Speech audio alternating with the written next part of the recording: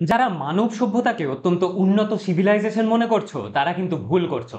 তার কারণ সিভিলাইজেশন তিন রকমের হয়, টাইপ 1, টাইপ 2 এবং টাইপ 3। টাইপ 1 সিভিলাইজেশন হলো তারা যারা নিজেদের প্ল্যানেটের সমস্ত এনার্জি কনজিউম করতে পারে এবং নিজেদের ডেভেলপমেন্টের জন্য কাজে লাগাতে পারে।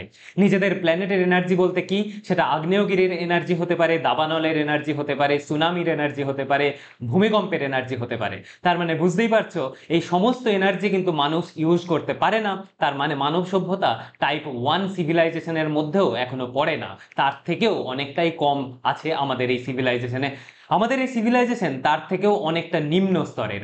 এরপরে আসে টাইপ 2 সিভিলাইজেশন, যেখানে তারা নিজেদের প্ল্যানেটের এনার্জি তো শুধুমাত্র ব্যবহার করে সেটাই নয়, নিজেরা যে নক্ষত্রের চারপাশে ঘুরে বেড়াচ্ছে সেই নক্ষত্রেরও সমস্ত এনার্জি ইউজ করতে পারে। অর্থাৎ মানব সভ্যতা তখনই টাইপ 2 সিভিলাইজেশনে পৌঁছবে যখন তারা সূর্যের প্রত্যেকটা এনার্জির বিন্দু পর্যন্ত ইউজ করতে পারবে।